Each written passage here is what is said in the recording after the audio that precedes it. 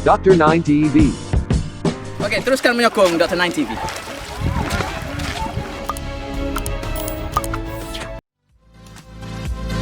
If I open up my eyes, I can see the skies.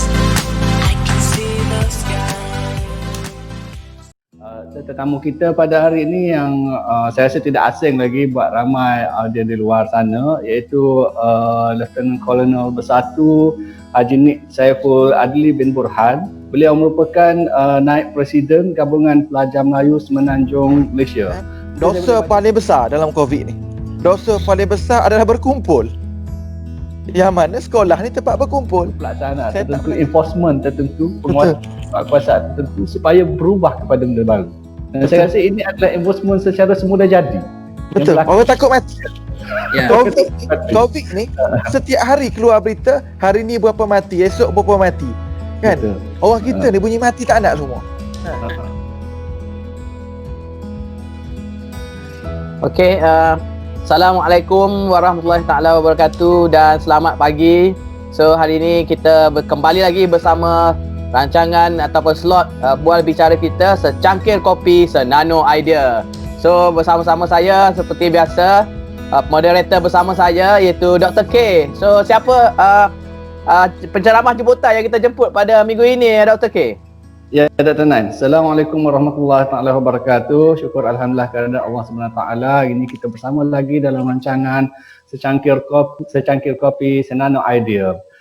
Tetamu kita pada hari ini yang saya rasa tidak asing lagi buat ramai dia di luar sana, iaitu Lieutenant Colonel Bersatu Haji Nik Saiful Adli bin Burhan. Beliau merupakan Naib Presiden Gabungan Pelajar Melayu Semenanjung Malaysia.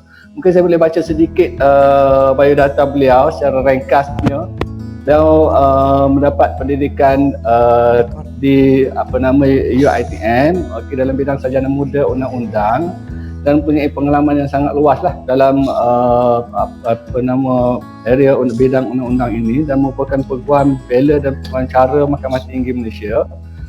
Dan beliau juga sangat aktif dalam pelbagai aktiviti kesukarelawan lah, terutama sekali di dalam GPMS dan juga selaku Pemuda UMNO Malaysia. Itu saja data ringkas dari beliau. So itu Dr. Nik, saya serahkan kembali pada Dr. Nain. Okey, terima kasih Dr. K. So kita berbangga hari ini kerana ada tetamu jemputan kita sudi meluangkan masa untuk bersama-sama kita berkongsi pengalaman dan juga mungkin kita boleh fokus kepada perbincangan kita pada sesi kali ini. So mungkin kita boleh bincangkan berkenaan sebab isu yang berkaitan dengan pelajar dan juga macam mana untuk kita memenuhi pasaran kerjaya dan cabaran mereka terutamanya dalam keadaan pandemik sekarang yang kata tidak ada penghujungnya nanti. Mungkin boleh minta Lieutenant Colonel Bersekutu Haji Nik Saiful iaitu Naib Presiden GPMS untuk memperkenalkan mungkin apa perkara yang ingin dikongsi ya. Silakan.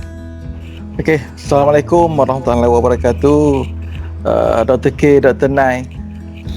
Panjang sangat nama saya tu bunyi tu. Nampak panjang pangkat pada nama.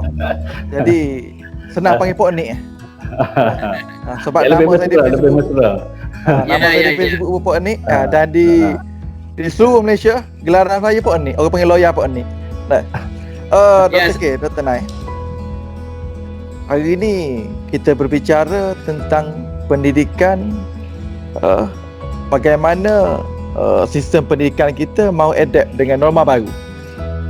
Saya difahamkan bahawa sehingga hari ini masih lagi terdapat sekitar 3,000 kes COVID-19 yang mana kita lihat tiada tanda-tanda berlaku trend penurunan, semakin lama semakin tinggi dan malah saya dengar baru ni jangkaannya naik sehingga 8,000 kes sehari menjelang pada bulan Mac, which is 2 bulan lagi. Boleh meningkat sampai 8,000 dan pada waktu tu saya rasa sebelum mencapai kepada tahap sebanyak itu kita perlu bersedia, terutama sekali apa yang menjadi concern GPMS adalah dalam aspek pendidikan. Yalah, kalau kita tengok dulu ramai, kalau kita tanya tok nenek kita dulu ramai yang tak habis sekolah kerana perang Jepun. Kan? Kalau tok nenek kita dulu, mungkin zaman British kita tak sempat. Tapi zaman Jepun kebanyakan tok nenek kita sempat rasa. Which is kalau kita tanya dulu, kan? Sekat mana belajar dulu? Darjah 2, darjah 3 tak sempat. Perang Jepun. Kan?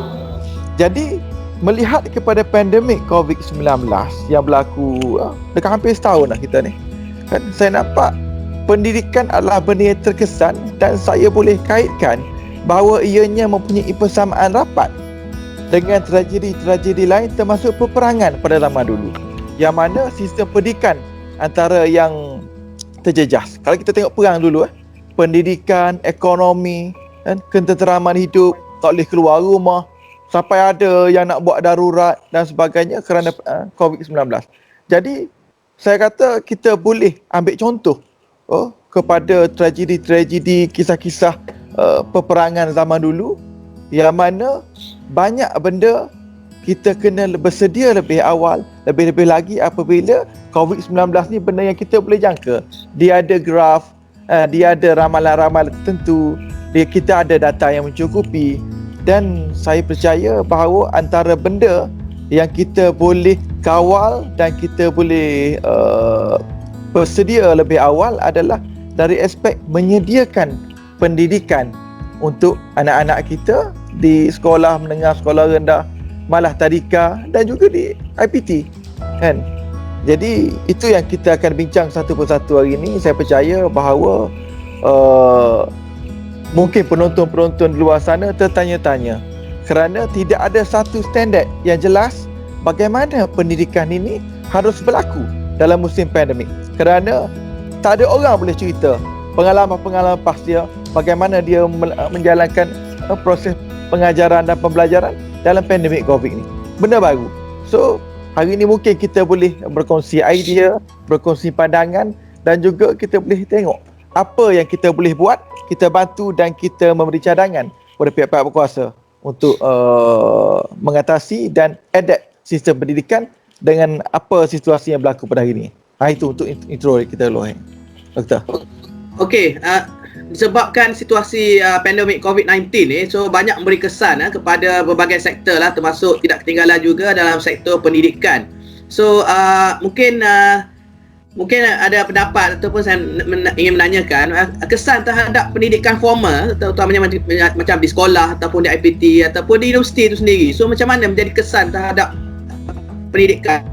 Mungkin dia akan diganti dengan kaedah yang lain ataupun mungkin kita terpaksa mengadakan alternatif, kaedah alternatif yang kita rasa boleh sama ada lebih berkesan ataupun kurang berkesan. So mungkin apa pandangan daripada Lieutenant Colonel? Okey. Apa yang berlaku apabila COVID, dosa paling besar dalam COVID ni, dosa paling besar adalah berkumpul. Yang mana sekolah ni tempat berkumpul. Saya tak pernah tengok sekolah ada 5 orang. Sekolah memang 500 sehingga 2000. Itu standard sekolah. Paling-paling kecil pun 500-600 memang standard pelajar. Dan tiap-tiap minggu ada perhimpunan. Di dalam kelas kita ada sekitar 30 hingga 50 pelajar satu kelas. Dan yang keduanya, dosa kedua besar dalam COVID ini adalah kontak, iaitu sentuhan, duduk rapat, beratur beramai-ramai, which is ianya adalah satu norma yang biasa dalam pendidikan.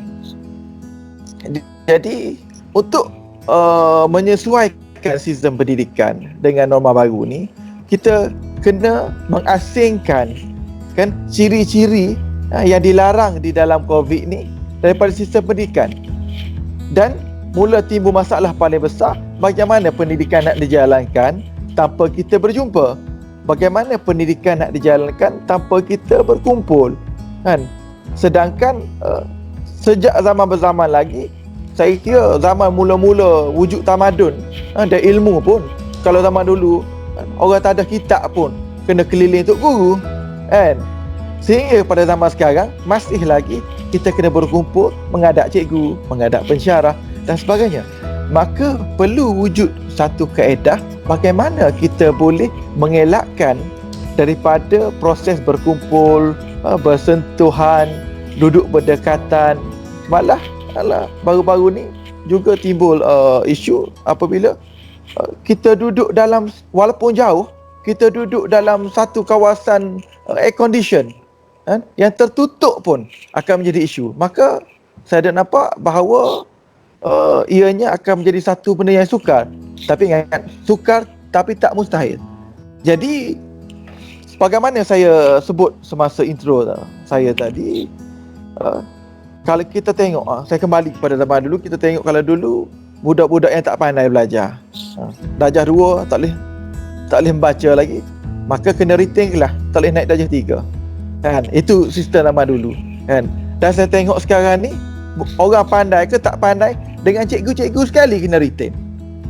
Jadi takkanlah kita mahu menerima kesan yang sebegitu buruk terhadap pendidikan kerana masalah COVID, yang saya rasa kita boleh fikir satu kaedah. Memandangkan benda dah setahun, saya rasa kalaulah dalam tempoh setahun ni kita buat satu sekolah bentuk online, mungkin tahun depan dah boleh sekolah online lah sepatut kan? Tapi itulah, orang kita ni setahun ada masalah, masih duk fikir bincang masalah, tak bincang penyelesaian. Jadi hari ni mungkin Dr. K, Dr. Nai, kita boleh sama-sama bincang penyelesaian instead of kita bincang masalah kita. Itu situasi pada hari ni. Ya, betul. So ada yang kita tengok sekarang pun ada yang amat terkesan juga dari sudut bisnes pendidikan sendiri, maksudnya pusat tuition sebagainya, mereka terpaksa juga untuk mengadaptasikan satu norma baru untuk memastikan kelestarian perniagaan dan juga aktiviti perniagaan mereka. So mungkin Dr. K ada soalan untuk diajukan kepada ceramah jemputan kita pada minggu ini. Silakan. Okey. Saya tertarik dengan pandangan yang dilontarkan oleh saudara Pok Nik kita tadi. Saya panggil panggilan manja beliau ini, Pok Nik kita. Okey. Di mana orang kata itulah bentuk, orang kata, ataupun keperluan ke arah perubahan sistem penyampaian pendidikan itu, bukan saja di peringkat IPT ataupun pusat pengajian tinggi, tetapi juga di sekolah-sekolah, sekolah rendah dan juga sekolah menengah.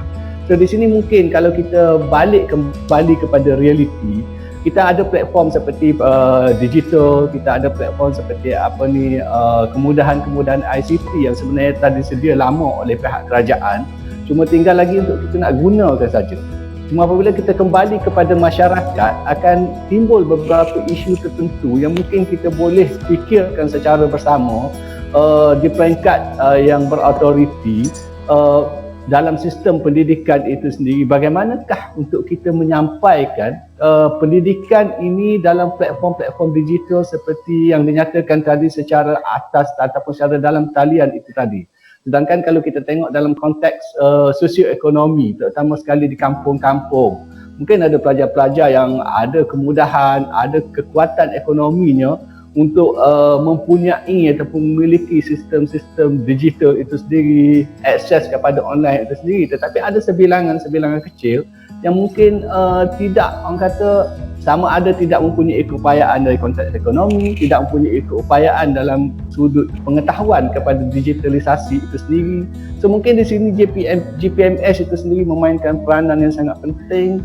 Mungkin sama ada memberi kesedaran kepada pelajar kita di sekolah-sekolah ataupun kepada ibu bapa itu sendiri betapa pentingnya platform digital itu buat masa sekarang untuk membolehkan inspirasi kerajaan di dalam membangunkan pendidikan itu dapat direalisasikan.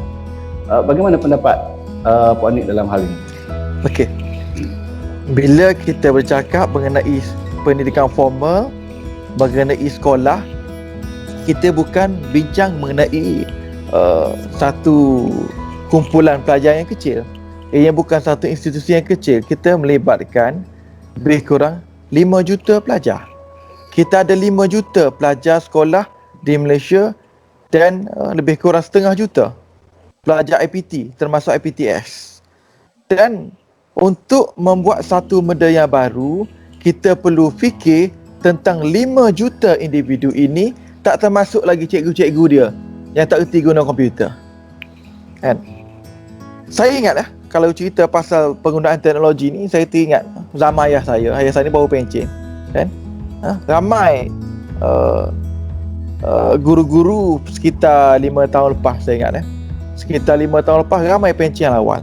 Apabila kerajaan mula Kementerian Pendidikan masa tu minta supaya key in markah, kena masuk guna komputer, kena login dan sebagainya. Saya tengok masa tu, saya ingat orang lain tak, termasuk ayah saya sendiri, cikgu masa tu stres. Saya kata apa yang stres kan? Kena key in masuk komputer. Jadi wujud satu golongan saya rasa masih lagi ada orang nak pencen esok lusa ni yang masih lagi menganggap IT ini adalah satu igawan ngeri bagi mereka. Kan? Kena yang buka komputer kan, bunyi password saja pening dah. Sudah password. Dia ingat nombor pin bank dia ingat. Itu pun kena tulis. Letak dalam wallet. Jadi apabila melibatkan teknologi, kita tengok beberapa kekangan yang saya lihat ni. Pertama, dari segi fasiliti. Sama ada fasiliti di pihak pelajar maupun fasiliti dari segi tempat. Contoh pedalaman, kita ada tempat yang tak sampai coverage internet.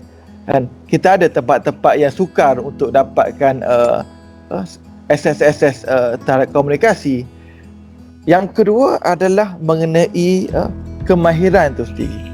Yang mana kita ada lagi pelajar-pelajar kita, orang dalam kampung, orang di pedalaman yang takut tengok komputer. Dan kita juga ada, dan bukan ada saja, ramai ni di kalangan pendidik yang mana masih lagi tidak ada kemahiran, terutama sekali nak guna aplikasi-aplikasi Zoom meeting, Google Meet, Skype dan sebagainya. Jadi saya tengok benda ni perlu kita selesaikan terlebih dahulu. Kan? Mungkin di universiti, di peringkat IPT saya rasa tidak ada masalah, kerana mungkin di peringkat pensyarah-pensyarahnya ramai orang yang dah memang terlibat dengan IT semasa di peringkat-peringkat buat kajian dan sebagainya. Tetapi apabila melibatkan guru-guru di peringkat sekolah rendah sebagainya, dan juga apabila melibatkan murid-murid yang sangat ramai bertaburan dalam negara kita, termasuk berada di kawasan-kawasan pedalaman dengan status ekonominya yang rendah, ketidakmampuan memiliki alat komunikasi dan sebagainya. Tapi kita bersyukur Allah Ta'ala jadikan COVID ini berlaku pada tahun 2020, yang mana saya percaya pada zaman kita sudah mula ada teknologi yang bagus. Pada zaman smartphone sudah boleh diperolehi dengan harga RM200. Kalau tengok Lazada tu RM99 dapat ada cat Cina. Nah, Dr. Nai bercakap hari ni, petang esok baru saya dengar. Kan? Telefon slow. Tapi wujud teknologi sebegitu dengan datanya murah, internet data sekitar puluhan ringgit kan, dan sebagainya. Ada data free sekarang kan, wifi ada rata-rata. Kalau dulu saya ingat saya pernah subscribe satu talian telco pada zaman dulu dengan harga 100 lebih, dan mencari-cari kita nak dapat line 3G sekalipun. And it was happen 10 tahun yang lalu, tahun 2010. Dan Alhamdulillah COVID ni berlaku pada waktu kita ada teknologi, kita ada kaedah untuk menggantikan sistem pendidikan secara berjumpa bersemuka ni. Dan saya rasa pihak pendidik kena mula bersedia, tengok apa yang boleh buat, tengok apa yang boleh kita ready lebih awal, kerana kita tak jangka COVID ni akan berakhir dengan sebegitu cepat dan mudah. Dari sudut GPMS tadi Dr. K ada sebut tadi, GPMS bermula, saya ingat pada 2-3 bulan selepas pandemik kan, kita putuskan dalam mesyuarat, kita minta sedikit bajet untuk keluarkan satu program yang kita kenal sebagai ulang kaji. Program ulang kaji GPMS ini adalah satu platform online di website ulangkaji.my, yang mana dibangunkan oleh GPMS untuk bantu pelajar yang mana tidak ada ruang dan peluang untuk belajar Terutama pada masa tu kita tengok PKP yang tak boleh keluar rumah.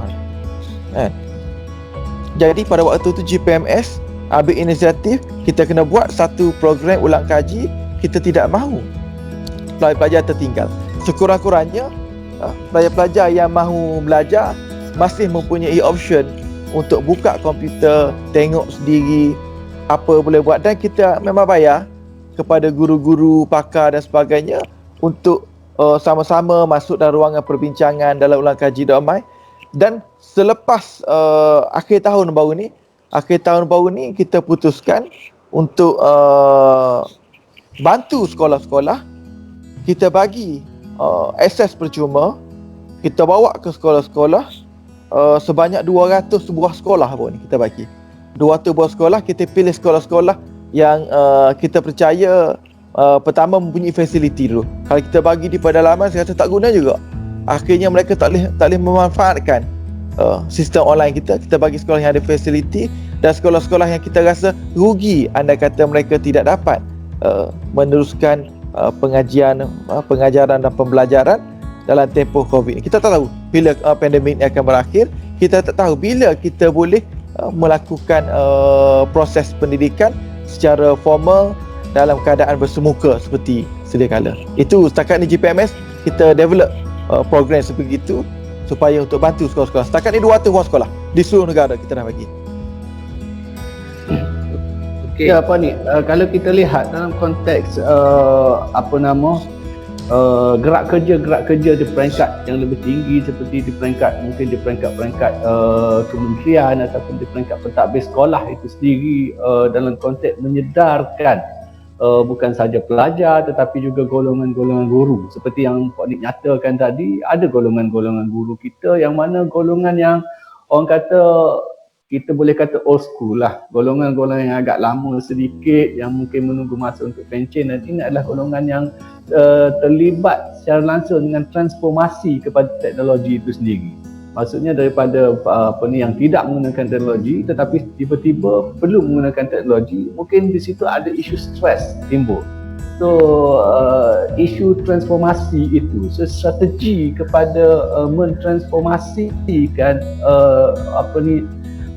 pengajaran secara manual kepada digital itu sendiri juga melibatkan kepada isu jiwa guru itu sendiri. Melibatkan kepada jiwa. So saya tengok ini satu isu yang agak besar, walaupun mungkin dianya hanyalah minoriti sahaja, bukan golongan yang majoriti pada pandangan saya, tetapi ia perlu diatasi dengan sangat bijaksana. Dalam konteks kementerian, mungkin mereka sudah ada strateginya tersendiri bagaimana untuk mengatasi perkara-perkara tersebut, tetapi mungkin kita boleh lihat dalam konteks NGO itu sendiri, termasuk JPMS lah, mungkin dari sudut memberi kesedaran ataupun mungkin dari sudut meningkatkan semangat, motivasi dan sebagainya, supaya perpindahan ataupun transformasi daripada manual kepada digital itu tidak terjadi orang kata stres yang terlampau besar sehingga menyebabkan fenomena lain pula yang berlaku.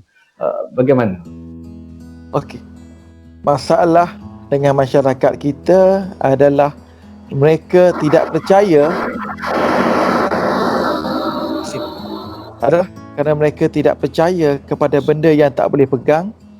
Mereka tak percaya kepada benda yang tak ada depan dia. Berapa ramai golongan-golongan ni yang tidak melanggan akhbar digital kerana mereka percaya surat khabar yang bercetak adalah lebih tepat berita dia berbanding dengan akhbar digital. Ada wujud kepercayaan ni. Kita tengok, tak payah cerita orang kampung, lecturer, saya rasa Dr. K, Dr. Naim sendiri pun berapa kali kita suruh pelajar kita hantar assignment soft copy dan kita boleh baca dalam komputer. Kalau kita ada 200 pelajar, 200 assignment kita tengok. Majoriti pensyarah lain, saya tak tahulah Dr. Naim, Dr. K. Majoriti pensyarah lain arahkan pelajar, okay, you submit soft copy and then hantar hard copy. Kita ni scroll 2 kali scroll pening dah. Tak jumpa point dah. Lepas tu kita suka tengok assignment ni pegang pen, tak tanda pun. Habis 200 lah kertas, pen tutup balik simpan. Perangai tengok benda kena pegang pen. Betul tak Ajra? Betul. Jadi ianya adalah satu pembudayaan yang saya rasa kita akan mengambil satu masa yang lama untuk adapt kerana dah biasa. Kan? Sebab kita dah biasa, jadi begitu juga dengan cikgu-cikgu kan. Apabila dia mengajar dalam talian, dia rasa macam tak mengajar. Kan? Ramai pelajar-pelajar saya jumpa, pelajar IPT yang mana terlibat dengan kelas online, dia rasa macam bercuti. Padahal jadual dia pagi sampai petang kena mengadap komputer. Tapi dia rasa bercuti sebabnya ya, bila lecturer nampak duk kalut benda lain, dia pun kan pusing sikit kamera kan, pergi buat kopi dah pun. Kan, sambung balik masuk kelas. Kan? Jadi kadang-kadang ada juga baiknya ya. Ada baiknya dari segi flexibility masa, dari segi senang untuk akses di mana-mana tempat ya. Tetapi pada masa yang sama kita kena tengok saya perhatikan wujud beberapa kekangan ya. Sebagaimana cerita tadi orang kita ni tak boleh kalau tak pegang kan. Tengok surat khabar apa kena pegang kertas kan. Saya tengok walaupun kita boleh menghadapinya dengan cara pendidikan secara online, tetapi masih ada sesuatu pendidikan yang kita tertinggal. Saya ambil contoh beratur nak masuk kelas itu adalah satu proses pembelajaran kan. Kita pergi kelas belum turun daripada rumah, salam ibu bapa, cium tangan, itu juga satu proses pendidikan kan. Bagaimana kita behave, jaga kelakuan dalam bas ke dalam van sekolah sebelum pergi sekolah, itu adalah satu proses pendidikan. Bagaimana bila sampai di sekolah tiba-tiba ada kawan kita tak bawa duit, maka kita bagi pinjam RM1 kan. Itulah satu proses pendidikan juga. Bagaimana kita beratur, berus niaga, makan bersama kawan-kawan, bagaimana kita menjual beli di kantin, itu semua adalah pendidikan yang tidak formal, tetapi ianya yang membentuk sasiah dan menjadikan generasi kita dan generasi akan datang. Itu satu pendidikan yang kita tak nampak, yang tak boleh buat secara online. Saya tak tahulah, takut ada orang kena beratur juga nak masuk online. Cuba saya bagi contoh lagi ni. Program secangkir kopi Senano Idea, tapi kopi saya kena buat sendiri ni di rumah kan. Sepatut Kopi Nano kena sponsor kopi saya hari ni. Sebagai contoh lah. Jadi untuk itu kan, kalau bercakap mengenai peranan yang lebih besar kepada kerajaan, kepada NGO dan juga kepada guru, saya nak beri cadangan.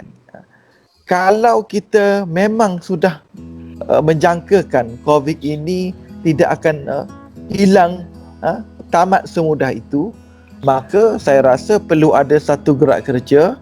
Kita ada penulis buku teks, kita ada pembuat silibus, kita ada pengkaji-pengkaji researcher-researcher kita dan guru-guru.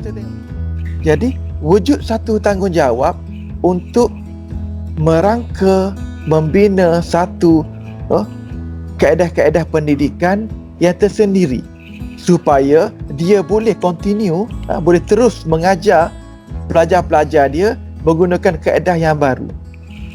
Kita ada masalah dari segi bahan. Kita ada buku teks, tapi bagaimana kita nak implement buku dalam sistem pembelajaran online? Pada waktu inilah kita ada banyak penerbit buku.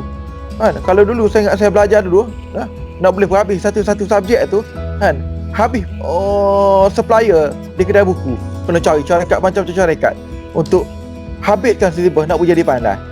Tapi syarikat-syarikat penerbit buku, penulis-penulis buku, ahli-ahli akademik kena mula fikir satu kaedah bagaimana menyediakan bahan online. Sebagai contoh, slideshow yang boleh masuk dalam Google Meeting. Macam mana kita boleh sediakan dalam bentuk animasi, video dan sebagainya. Bagaimana kita boleh bagi satu kerja sekolah. Baru ni sekolah anak saya, SK Padangkala, sekolah kampung sekolah kebangsaan Padangkala, dia boleh buat satu soalan ujian menggunakan Google Document, Google Form. Saya tengok satu kaedah yang saya tak pernah terfikir, bahawa Google Form yang selama ni diisi untuk isi survey digunakan untuk pelajar-pelajar jawab soalan. Selepas isi Google Form, kemudian hantar kepada cikgu, cikgu akan report balik melalui WhatsApp kepada parent berapa markah anak dia dapat, dan berdasarkan tu cikgu tahu betapa tahap keberkesanan pendidikan secara online. Itu satu jenis cikgu. Ada satu lagi kalau saya boleh cerita pendidikan satu subjek tu kan, subjek yang kena mewarna, belajar warna bahasa Inggeris kan. Dia bagi worksheet kena ambil di sekolah. Okey, saya ambil worksheet di sekolah kan. Kena dengar video, kemudian kena tandakan warna. Cikgu tu terlupa. Bila dia photostat buku dia jadi hitam putih. Pening anak saya nak jawab. Dia tu describe colour. Saya tengok kertas hitam putih. Saya kata dia jawab yang black semua. Dah memang colour dia black. Kemudian lama kelamaan parent pun bunyi dalam grup WhatsApp. Kenapa cikgu? Saya nak jawab macam mana? Barulah cikgu tu perasan. Rupa-rupanya worksheet dia bagi tu hitam putih. Sedangkan soalan berkaitan dengan warna. Kan? Ya. Jadi pada waktu itulah maka cikgu tu dia upload gambar original dalam grup WhatsApp. At least kita ada platform WhatsApp group sekarang kan. Tu saya kata kita bersyukur kerana pada zaman ni kita ada pelbagai platform tu. Cuma perlu untuk golongan-golongan pembuat buku, penulis, orang yang buat silibus, guru-guru terutama. Sebab guru-guru dia tahu di peringkat mana dia sudah mengajar, apa kaedah yang terbaik untuk pelajar-pelajar dia. Maka sebelum kerajaan mewujudkan satu silibus yang bersepadu untuk semua, saya rasa guru-guru untuk elakkan daripada pelajar tertinggal boleh mula create sikit-sikit. Dah boleh start download internet ke cari apa-apa bahan untuk dikongsi supaya pendidikan akan jadi interaktif dan pelajar tu boleh menikmati pendidikan tanpa perlu terkesan dengan besar kerana pandemik COVID. Okey, saya percaya dengan kemudahan dan juga kemajuan teknologi yang ada sekarang ni, mungkin banyak alternatif dan juga kaedah yang kita boleh adaptasikan. Cuma kita perlu juga mempunyai kata sedikit kreativiti lah dalam memastikan supaya gerak kerja yang dilaksanakan sama ada di peringkat sekolah, di peringkat universiti dan di peringkat NGO juga boleh kata membantu dalam kita merealisasikan pendidikan menerusi kaedah norma baru ni. Cumanya apa yang ingin saya tarik perhatian dengan peranan GPMS untuk kita membuat satu kita kata kesedaran dan juga untuk memberi kata influence ataupun kita kata memberi desakan supaya di setiap peringkat kita boleh memperkenalkan ataupun membantu dalam memudahkan lagi ataupun aktiviti ataupun proses pengajaran dan pembelajaran dalam norma baru ni. Mungkin ada beberapa lagi kata peranan yang dimainkan oleh GPMS supaya kita boleh merealisasikan pembelajaran secara online ni dengan kemajuan teknologi yang dia sedia ada, termasuk dengan kepakaran kaedah-kaedah tertentu yang boleh diaplikasikan oleh para pendidik kita di luar sana. Silakan, ada apa pendapat puan ni? GPMS ni ditubuhkan tahun 1948 kalau saya nak cerita sejarah dia. 1948 ni pada waktu tu kita ada cuma lebih kurang apa, saya ingat tak sampai 100 orang masa tu pelajar Melayu yang berada di universiti. Kita ada berapa puluh orang di Singapura dan ada berapa di luar negara, tempat-tempat lain, tak sampai 100 orang. Jadi GPMS ditubuhkan tahun 1948. Kita tahu niat asal dia adalah untuk memastikan pelajar kita masuk sekolah menengah. Niat asal dia. Kita amat concern tentang pendidikan pada waktu tu. Peranan kita ambil adalah kerana majoriti pelajar kita habis sampai darjah 6 tak nak sambung. Sebab darjah 6 dah boleh kerja pada masa tu. Dan oleh kerana itu GPMS main peranan masa tu untuk pelajar kita masuk sekolah menengah. Kita tak fikir pasal universiti. Lama kelamaan barulah kita upgrade sikit demi sedikit sehinggalah kita percaya bahawa sistem pendidikan kita cukup maju dengan undang-undang peraturan sedia ada mewajibkan pelajar masuk sekolah kan. Kita wajibkan ibu bapa daftar sekolah anak-anak. Kita tengok minat pelajar dan juga kita tengok minat rakyat kita terhadap pendidikan. Tetapi apabila berlaku pula sekarang ni pandemik sebegini, maka sebagaimana saya beritahu tadi kan, GPMS 2 bulan 3 bulan berlaku pandemik tu kita fikir bahawa ianya satu benda tak dapat berhenti. Baru ni GPMS ada jumpa Menteri Pendidikan, GPMS ada jumpa Menteri Pengajian Tinggi. Kita berbincang di peringkat kementerian dan alhamdulillah GPMS sehingga hari ini masih lagi kerajaan rujuk untuk memberi pandangan dan pendapat di peringkat Kementerian Pendidikan, Kementerian Pengajian Tinggi.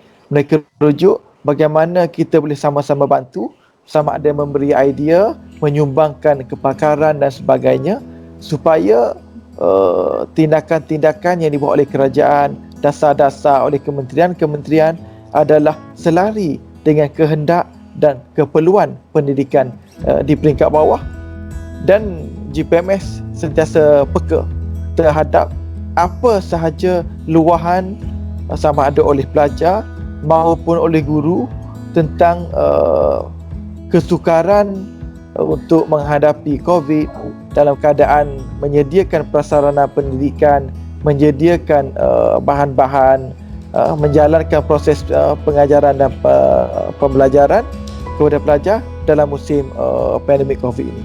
Jadi GPMS sentiasa bekerjasama dengan kementerian-kementerian.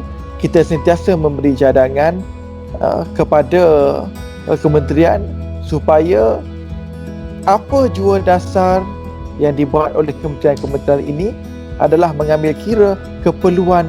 Sebagaimana saya kata tadi, kita ada 5 juta pelajar.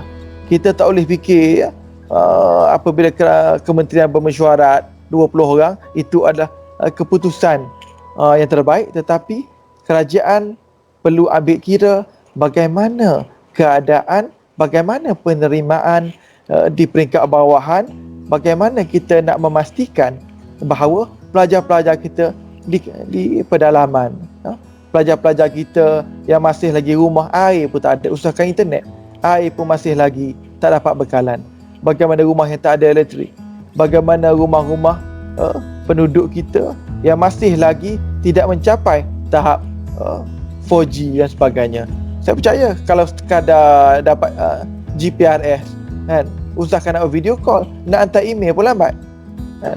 Jadi pengajaran dan pembelajaran menggunakan sistem online ini memerlukan satu kelajuan yang tinggi kepada internet, yang mana ianya adalah masih lagi menjadi satu kekangan di negara kita, terutama di kawasan-kawasan luar bandar. Contoh saya sebut, kalau Kelantan, saya 2 hari lepas saya pergi ke satu kampung nama Becah Laut.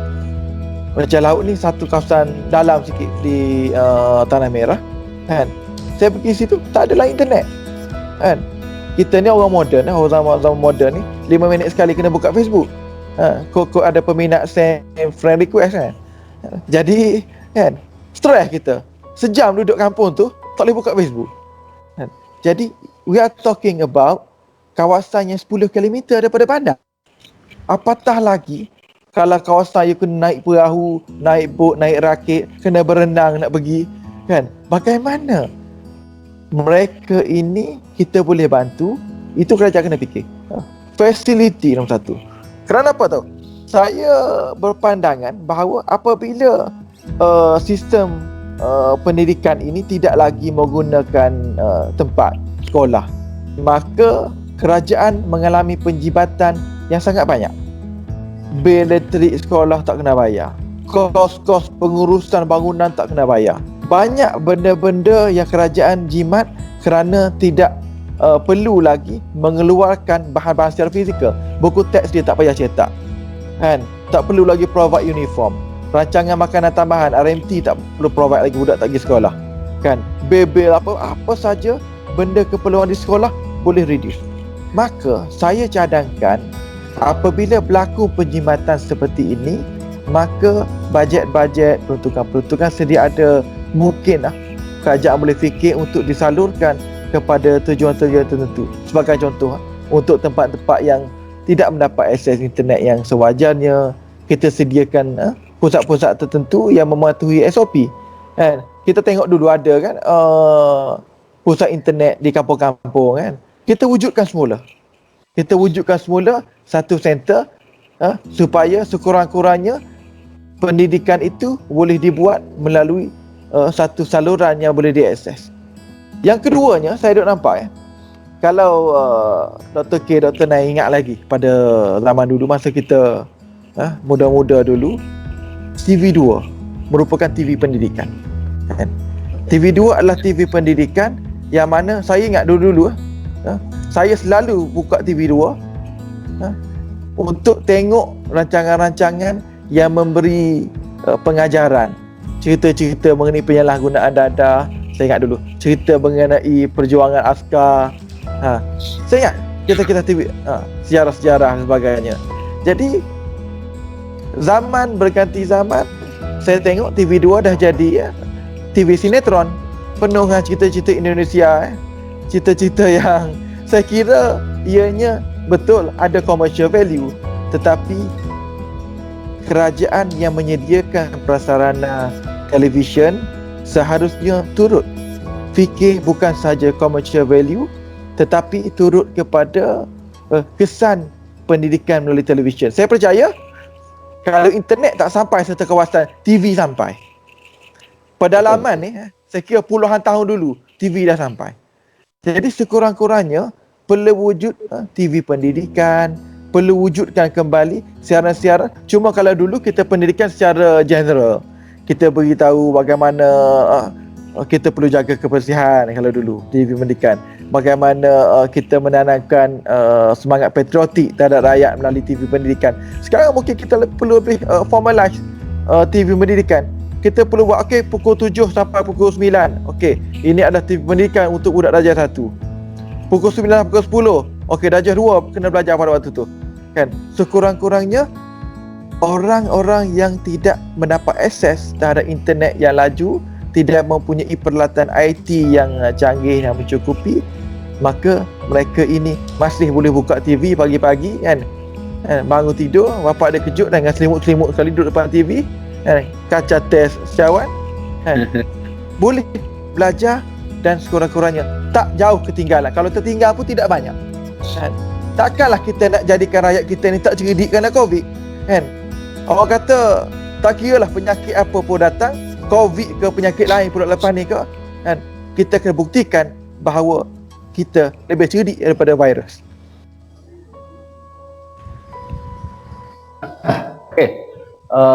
Menarik tadi perbincangan kita, cadangan kita, dan nampaknya kita dah hampir-hampir ke penghujung walaupun ada banyak minit lagi saya rasa. Cantik gelas kopi tu walaupun tidak ada tertulis kopi Nano di situ. Nanti kena sponsor gelas cantik gelas lawak kopi Nano. Tengok kopi-kopi sekali kena bagi.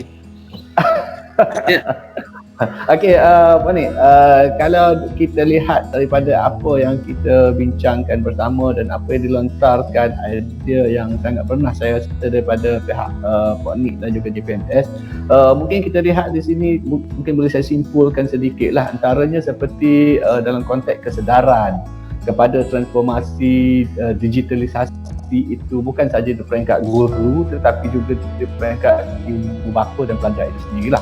Dan yang kedua, mungkin kita boleh tengok bagaimana untuk kita nak meningkatkan kesedaran, bukan saja kesedaran tetapi juga meningkatkan kemahiran di dalam penggunaan teknologi digital dan juga aplikasi berkaitan dengan pendidikan, sama ada di kalangan guru, di kalangan pelajar dan juga ibu bapa.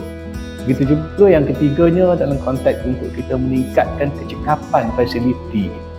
Ini penting bagi saya dalam sebagaimana dinyatakan oleh Poknik tadi, untuk meningkatkan kecekapan fasiliti itu bagi membolehkan supaya semua orang boleh mendapat internet, walaupun dinyatakan tadi mungkin di kampung-kampung masih lagi mungkin ada tempat-tempat tertentu yang masih tidak boleh akses internet.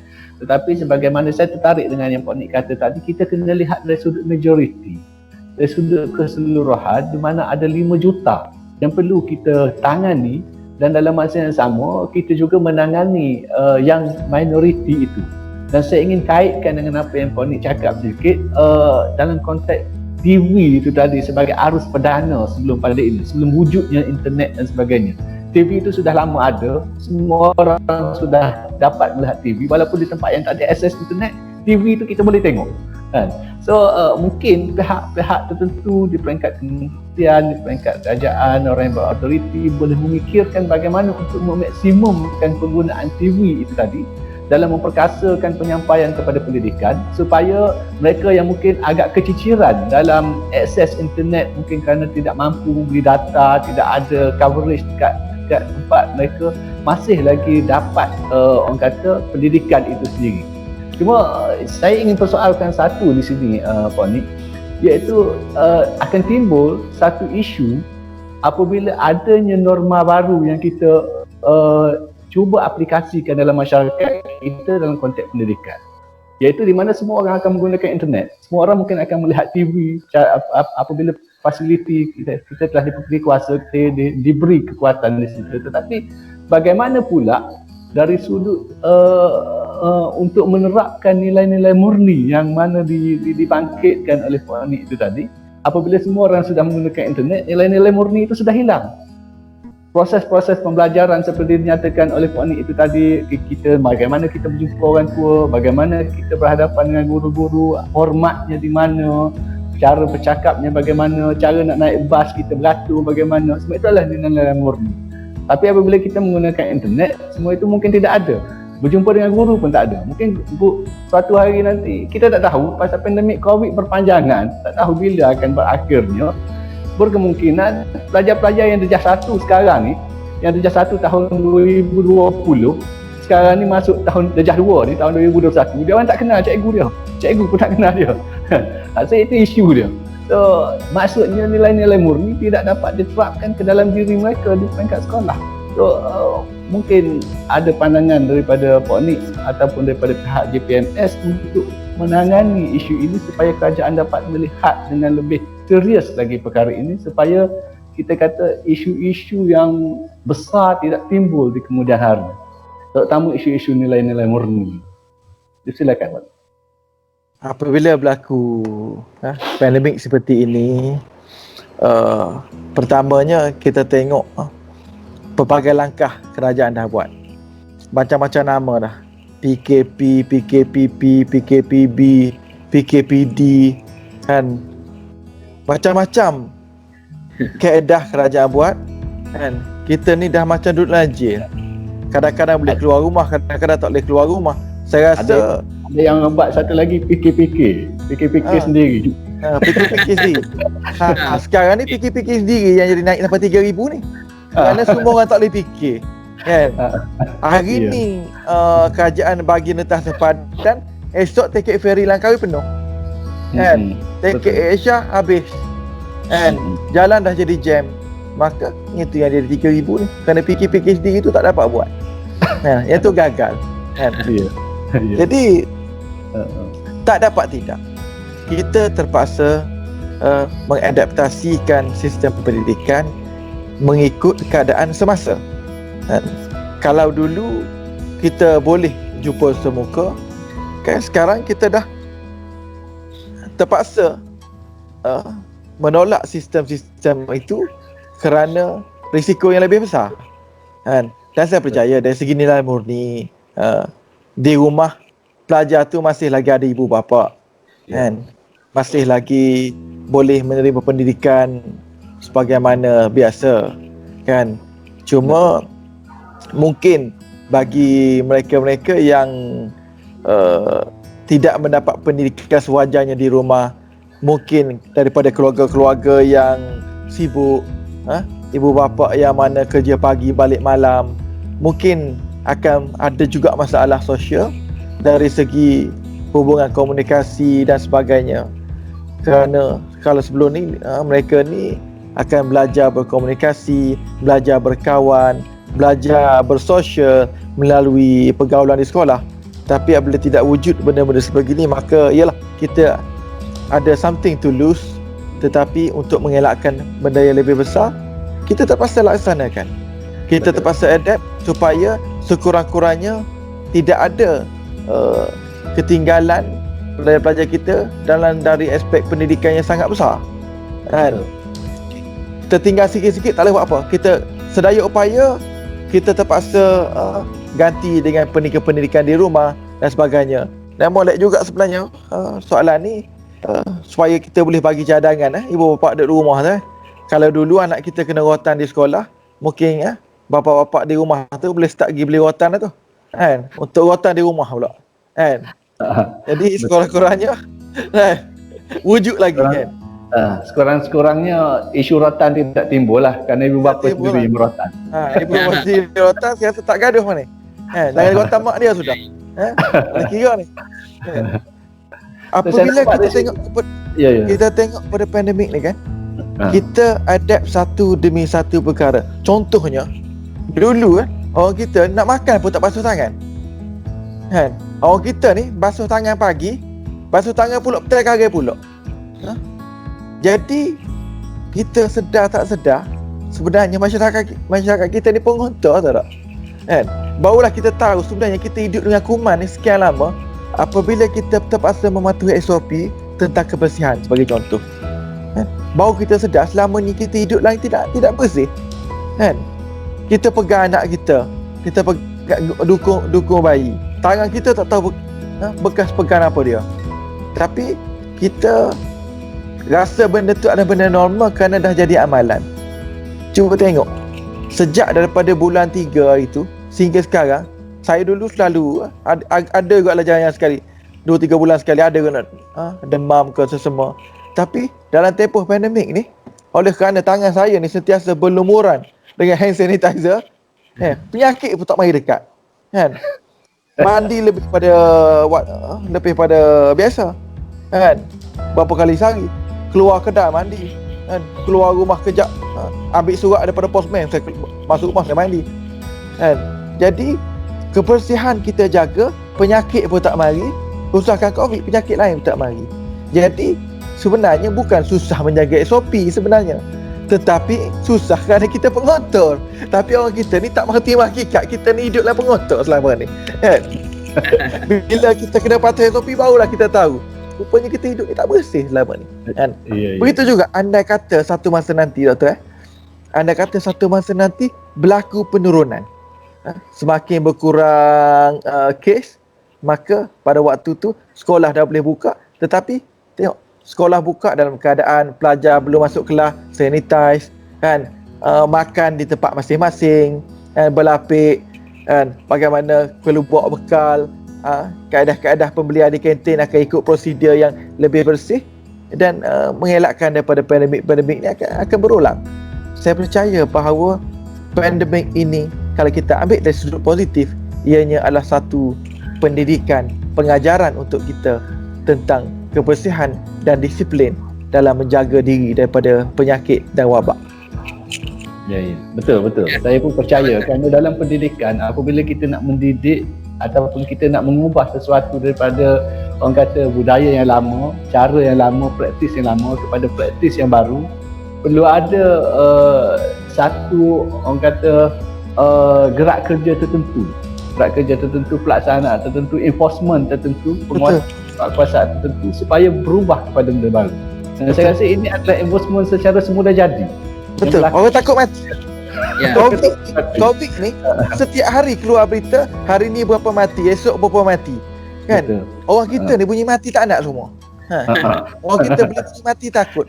Sedangkan kalau ikut fakta, orang yang meninggal dunia kerana cerit-berit lebih ramai daripada orang mati kena COVID. Tapi Betul. berapa ramai orang kita tak berani tak jaga kebersihan, kena cerit-berit tak apa, tak ada hal. Tetapi orang kita takut COVID sebab COVID ni diwar-warkan dan sinonim dengan mati. Kan? Padahal kematian aksiden saja kita ada 6,000 7,000 setahun. Kematian kemalangan saja. Tapi COVID berapa ratus. Kan? Tetapi berapa ramai orang kita naik motosikal tak pakai helmet, naik kereta tak pakai seatbelt, bawa kereta memandu lebih pada had laju. Tak takut. Kerana bukan setiap hari keluar TV, hari ni orang ni mati, esok orang ni mati, kan, kemalangan. Tapi COVID ni siap ingat buat press conference, ada jumlah angkanya dengan infografiknya. Dok saya bawang kata, tiap kali tengok nombor 1 orang tengok kes baru berapa, nombor 2 orang tengok berapa mati lah hari ni. Orang Makin kita meningkat, makin takut kita. rupanya orang kita ni baik akan jadi baik, berdisiplin. Rupanya takut pada mati. Yalah, sebenarnya rasanya banyak juga kita kata yang orang kata terdidik secara dia panggil pengalaman realiti. Itu yang dia akan Betul. jadi rasa terkesan. Betul. Saya nampak di sini Dr. Nick, bukan saja kita terdidik dalam konteks kebersihan itu sendiri. Kalau kita tengok dalam konteks yang positifnya COVID ini, yang keduanya mungkin terdidiknya dalam konteks cara untuk kita menyampaikan ilmu itu sendiri. Kalau dulu sebenarnya platform digital itu dah lama ada. Saya ingat tahun 1998 tu dah datang ke tempat kita. Betul. Kita chat apa Ya, semua, betul. tapi website dan sebagainya pada waktu tu orang takut pun nak tengok internet pun takut, nak tulis email pun tahun 2020, tahun 2018 orang takut lagi nak buka email, tak pandai lagi, ada setengah-setengah tak pandai lagi nak buka email dan sebagainya. Tapi Padahal dah lama wujud kan. Platform sekarang dah lama wujud. benda ni dah lama, tapi apabila dah ada pandemik ini, secara positif semuanya beralih kepada digital.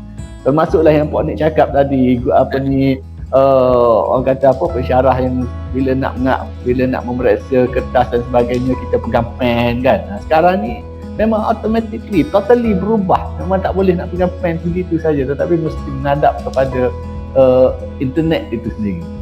Kena tengok kepada platform internet. So, perubahan itu berlaku dan diharapkan selepas pandemik pun senario itu akan berteruskan begitu pada pandangan saya lah. So itu ya Puan Nik.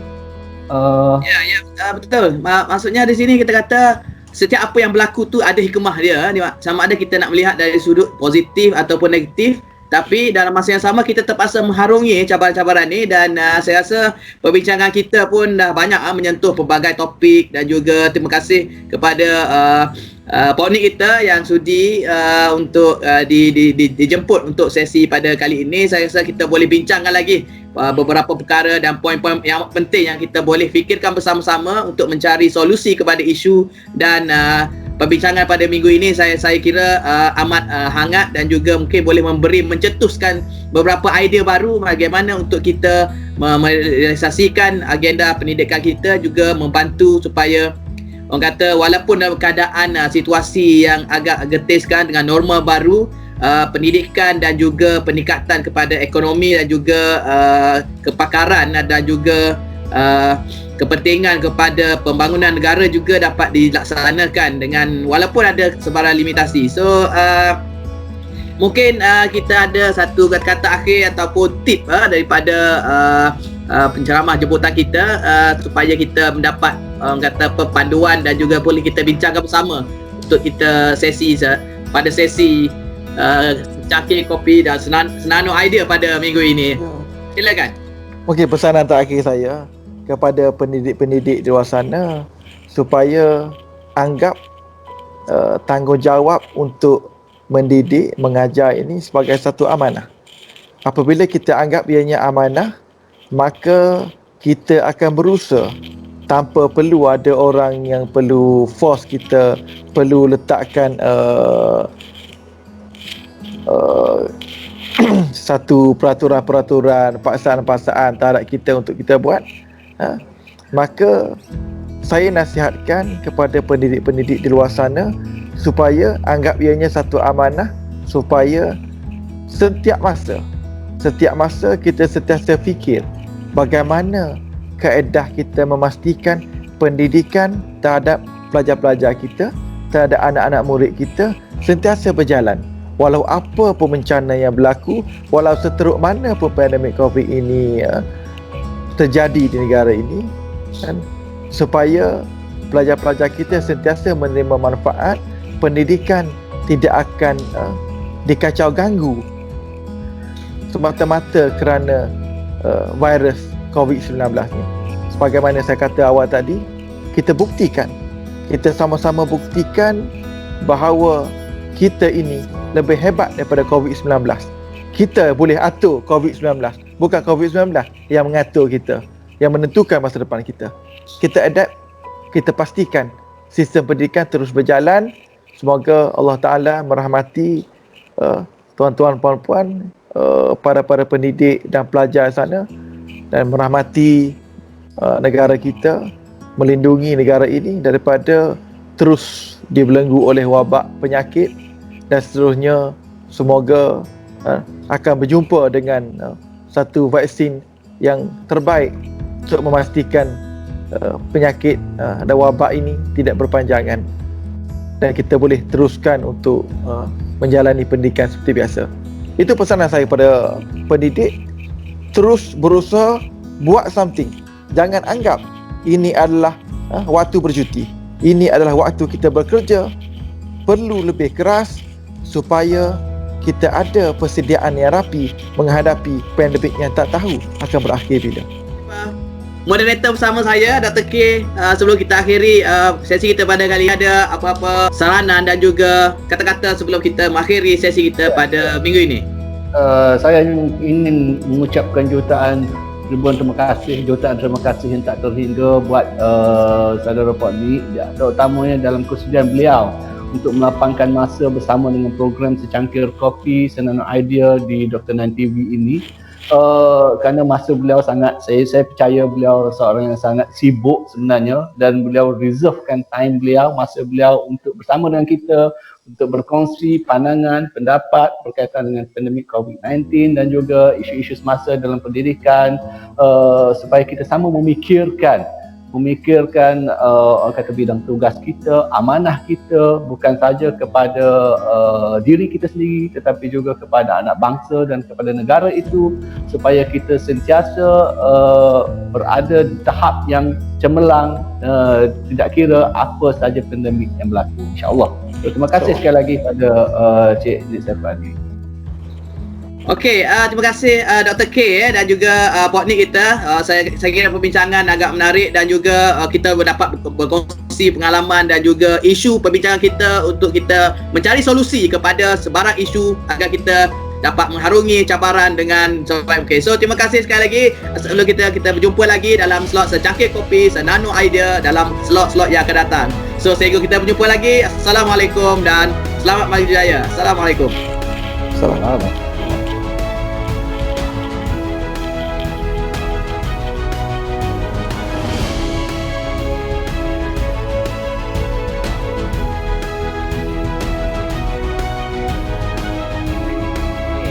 Kita mengakhiri sesi kita pada kali ini, kita juga ingin mempelawa dan menjemput ahli akademik di luar sana, mungkin usahawan dan juga sesiapa sahaja yang ingin berkongsi, bukan sekadar untuk pendidikan tetapi untuk pembangunan produk dan sebagainya, boleh menghubungi kami di Dr. 9 TV, okay, dan juga mungkin boleh kita sama-sama menghasilkan ataupun berbincang dan menghasilkan satu perbincangan yang agak menarik untuk perkembangan ilmu dan juga penyelidikan kita. Ya, Dr. K? Ya. Kita akan jemput sama ada secara rasmi juga, Dr. Nik, kepada pakar-pakar kita yang berada di luar, sama ada dalam bidang industri maupun dalam bidang akademik. Namun begitu kita menjemput juga para pakar yang berada di luar sana untuk email kepada kita, sekiranya mereka berminat untuk bersama dengan kita di dalam berkongsi ilmu, dalam usaha kita untuk memasyarakatkan penyelidikan untuk semua.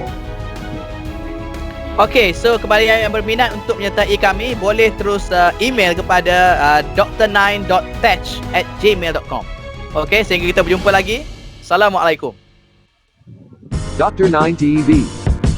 Okey, teruskan menyokong Dr. 9 TV.